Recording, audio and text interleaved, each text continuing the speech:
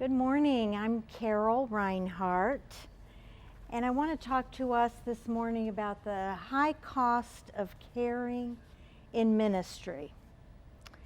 Have you ever felt a little bit like Bilbo Baggins from J.R.R. Tolkien's book, The Hobbit?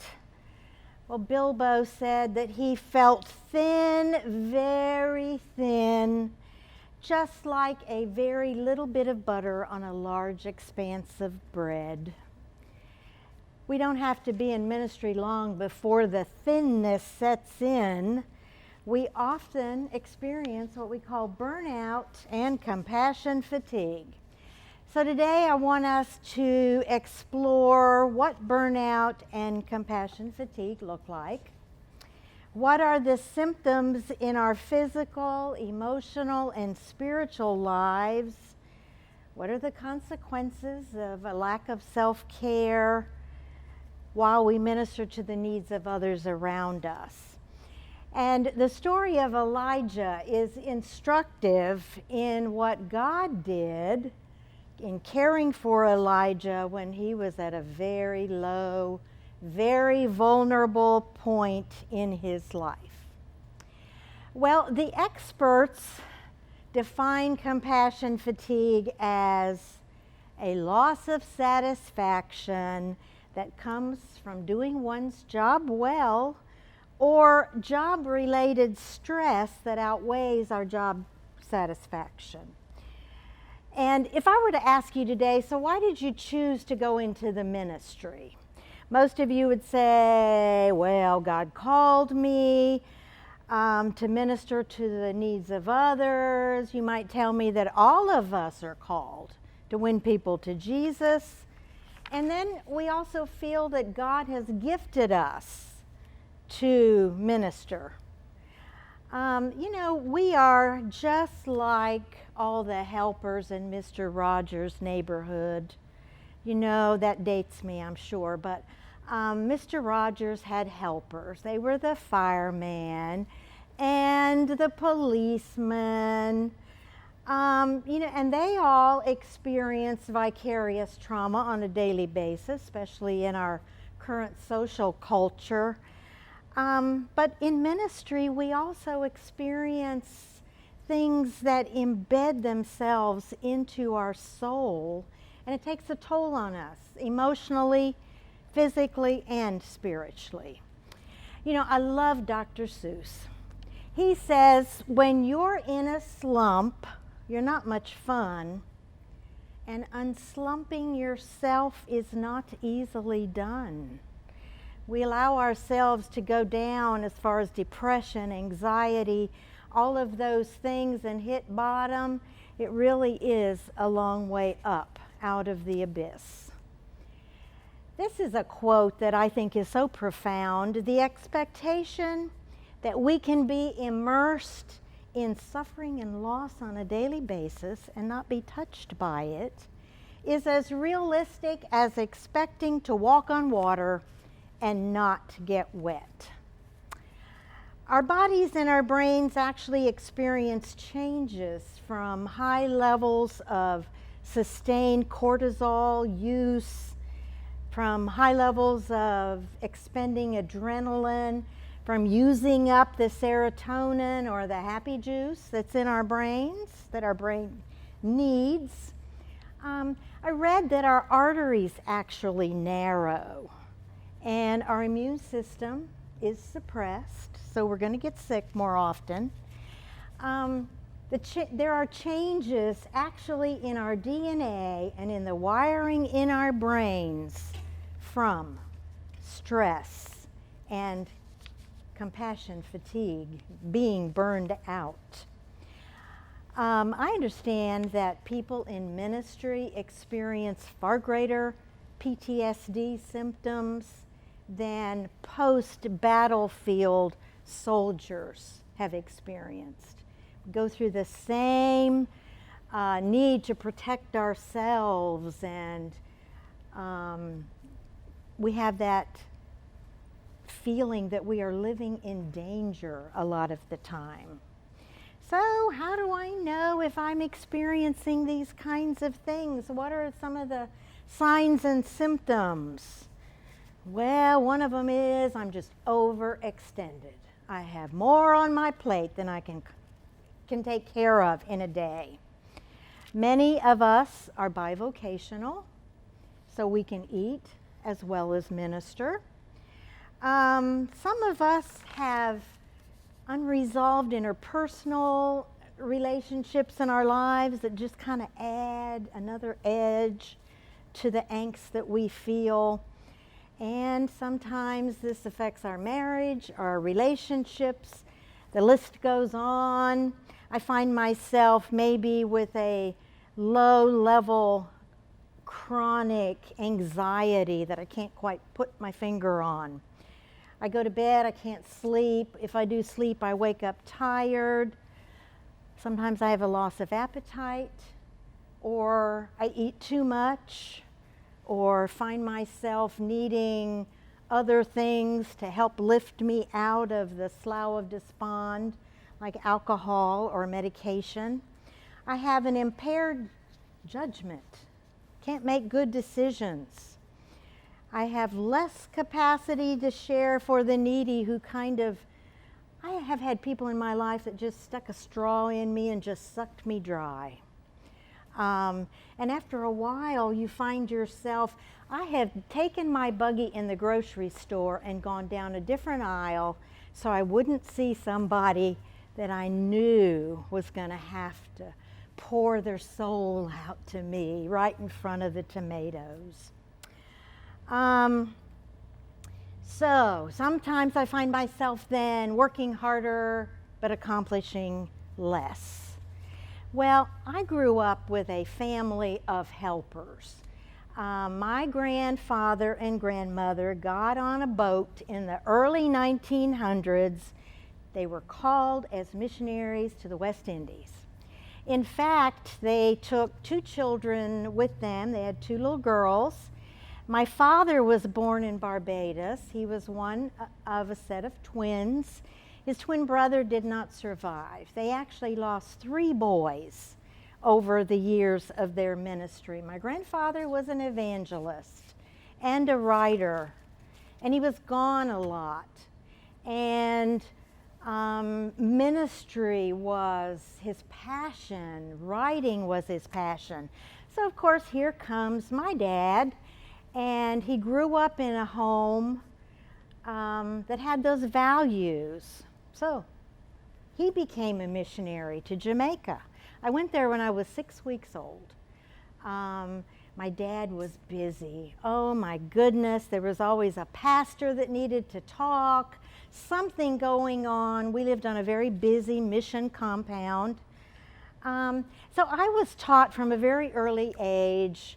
Have you ever heard of the acrostic J-O-Y? Jesus at the top, others next, and who's last? Me. It's no surprise that I went to Bible college. I thought I was going to be an old maid missionary actually, but David surprised me and changed that. And we have been involved in missions many, many times. But about 20, 30 years ago, I took a chaplain residency at a big trauma hospital in Columbia, South Carolina, preparing to be a chaplain. I loved being at the hospital. But you know, there are things that are indelibly written and embedded in my brain that I will never forget. One day I was told that there was a young couple who had chosen to end the life of their baby, but they wanted to hold him one last time. So Carol goes to the nursery, gets a blanket that is warm. I go to the morgue, get the little body that's wrapped up in a chucks and is stiff and cold, wrap him up and take him and put him in his mom's arms. That's a trip that I took many years ago, and it's still vivid in my memory. I also remember going to the morgue with a mom who Her son had died of alcohol poisoning, partying with his frat brothers. And it just so happened that he was about the same age of my child, who attended the same university in Columbia. She had to identify his body. I thought she was going to pass out. So my first thought is safety. We got to find a chair to slide under her. I'll never forget that trip. Those are images that we retain, and it does something to our hearts long term. I'll never forget another day. Had been an accident, freak accident. A wheel had come off a dump truck, had hit a child who was walking with his mom down the sidewalk. Mom was okay, but I had to go in with the young coroner who'd never done this before and tell Mama what had happened. Talk about Rachel weeping for her children. I heard it, and it is here as well. And then, fast forward a few years, I have a daughter who wants to be a mom so desperately. Well, we've gotten pregnant, and then the baby died. So the third time this happened, I get a phone call. My daughter is weeping on the phone. Mom, my baby's dead. I no longer had what it took to deal with hospice care and families who had somebody that they loved that was dying, and patients who knew that their time was limited here on earth. So what I did was put myself in timeout. Elijah, God did that for him too. I love the story of Elijah in 1 Kings, probably chapters 17, 18, and 19. Elijah had been obedient to the call of God on his life. He delivered the word from the Lord. It was not politically correct. It is not going to rain around here, folks. There's not going to be anything for you to eat, nothing for your crops. That didn't go over real well. So he had to go. He went to the wilderness where God took care of him for 3 years. Then God told him, okay, it's time to go back. So he went back, and he had seen God do such miraculous things in his life. God sent him to a widow's home. And he said, I'm hungry. Would you give me something to eat? She said, well, I'm sorry, but this is all I've got right here. And my son and I are going to eat this, and then we're going to die. That's it. There was no Social Security, no SSI, nothing in that culture, in that time. So he saw God provide. The kid gets sick.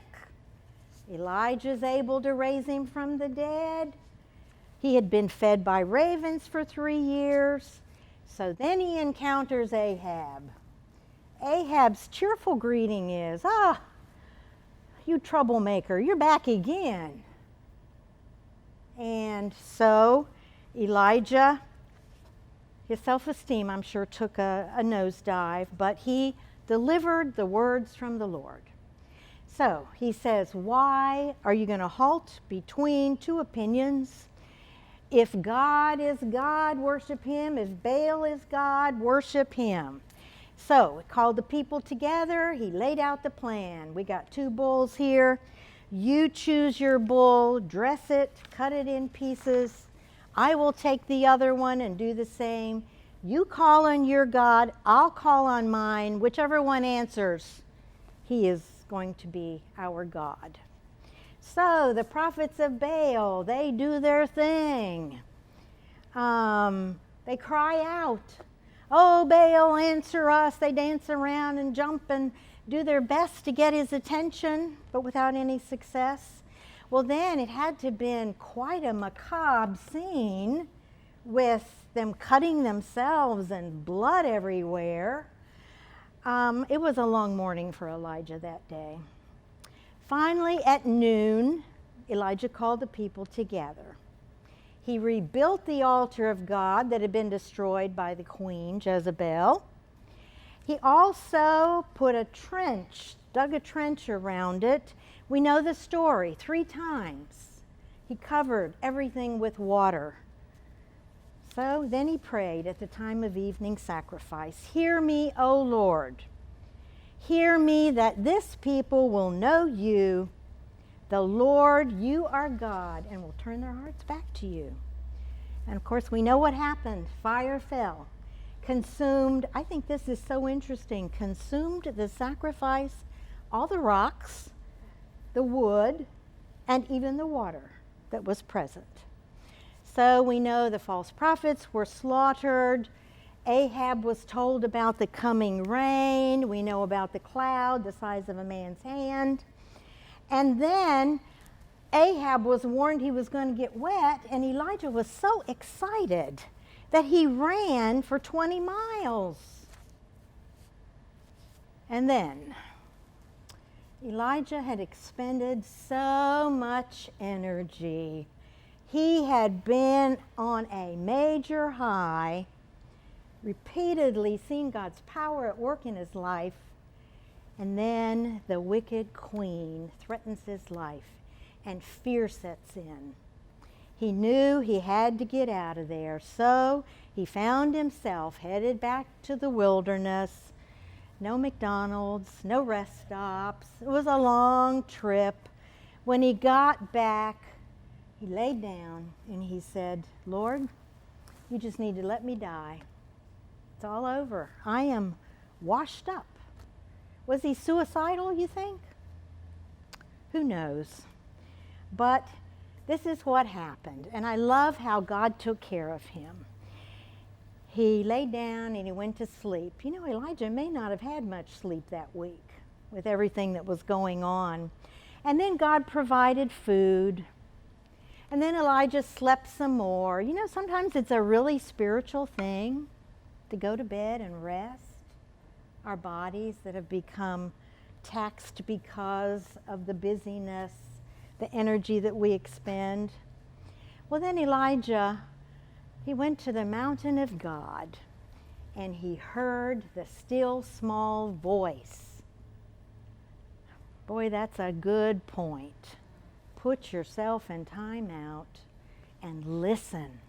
Turn off the phone, turn off the computer, make yourself focus on the presence and the still small voice. And then Elijah received direction. Go anoint Jehu the king. And then he received a companion in ministry, a good friend. And that's important for us. Well, the book of James says that Elijah was a man just like us. He was human. He experienced the same loss of energy, the feelings of hopelessness. How many of us have felt, I can't do this anymore. I just don't have it, Lord. If I'm going to minister to these people, you've got to give me what I need from you. And God provided for Elijah when he was at a point where he said, "Lord, I am the only one left. There is nobody else out there." God provided every need, assured him, "I have 7,000 who have not bowed their knees to Baal." You know, there are some statistics about people in ministry that I find interesting. 90% of us feel fatigued, burned out. 75% of us feel extremely stressed. 80% feel that ministry has taken a toll on my marriage and my family. 50% admit to having a porn addiction. 37% admit to inappropriate sexual relationships with people within their ministry.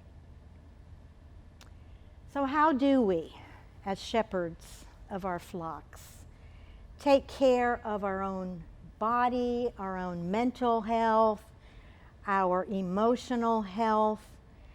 Just as God placed Elijah in timeout, sometimes we have to do the same. So last fall, when I heard that our third baby had died, I knew I couldn't do what I was doing anymore. So I was able to take some time off from work, put myself in timeout. I went to a counselor. Good idea, by the way.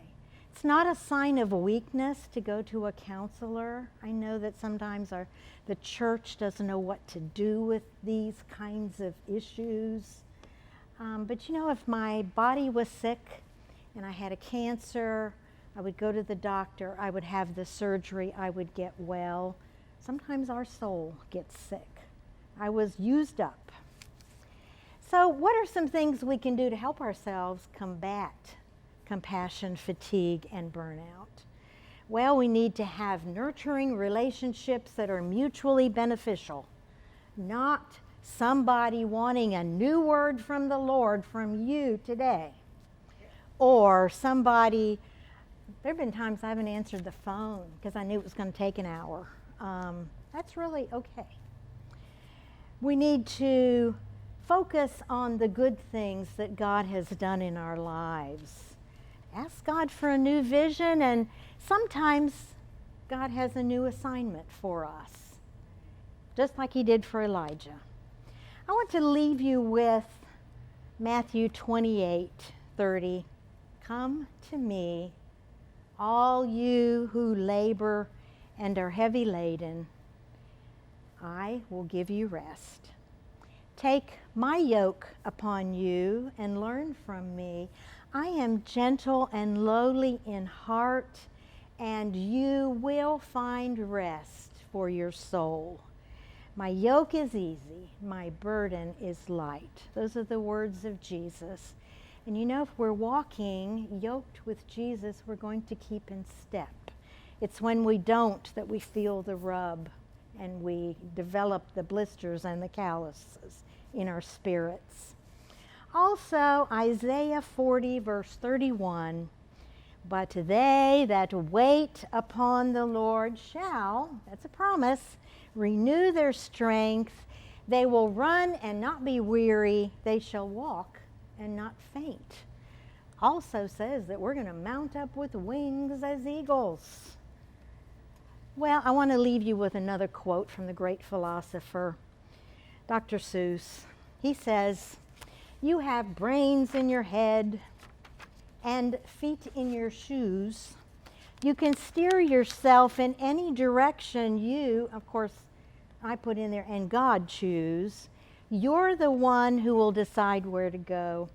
With your head full of brains and your shoes full of feet, you're too smart to go down any not so good streets. So we have a choice in how we care for ourselves. And you know, we are not on our own.